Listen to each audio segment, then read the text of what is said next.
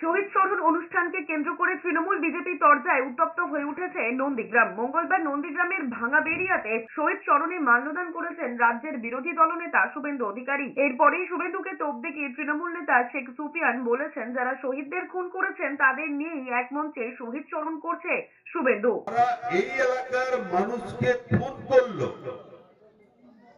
আপনারা জানেন এই পাশের বাড়ি নব সামন্তর ভাই শঙ্কর সামন্ত, নব সামন্ত গুলি করে হত্যা করলো ভরত মন্ডলকে, বিশ্বজিৎ মাইতিকে, শেখ সেলিমকে।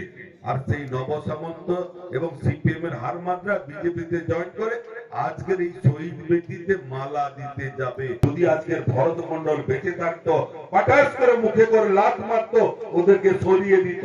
এই নির্লজ্জ বেহায়া এই শুভেন্দু অধিকারীর মুখে লাথ মারতো, শুভেন্দু অধিকারীর মুখে লাথি মারত।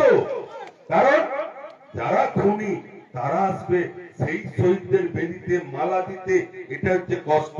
নাম না করে পাল্টা শেখ সুফিয়ানকে হুঁশিয়ারি দিয়ে শুভেন্দু অধিকারী বলেছেন, সকালে তাকে গালাগালি করেছে, তিনি যার দিকে তাকিয়েছেন তারই সর্বনাশ হয়ে গিয়েছে। শেখ শাহজাহান, অনুব্রত মণ্ডলের যা অবস্থা করা হয়েছে, শেখ সুফিয়ানের অবস্থাও তাই করা হবে।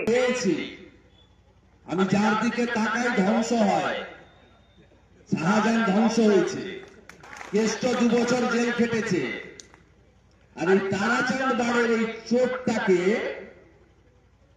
আমি বলে গেলাম, তোমার অবস্থা কি করবো আমি শুধু দেখে নেবে, দেখবি আর জ্বলবি, লুচিয়ে দিলে তখন। উল্লেখ্য, 2007 সালের 7ই জানুয়ারি জমি রক্ষা আন্দোলনের সাথে যুক্ত ভরত মণ্ডল, শেখ সেলিম এবং বিশ্বজিৎ মাইতির দেহ উদ্ধার হয় ভাঙাবেড়িয়া সেতুর কাছে।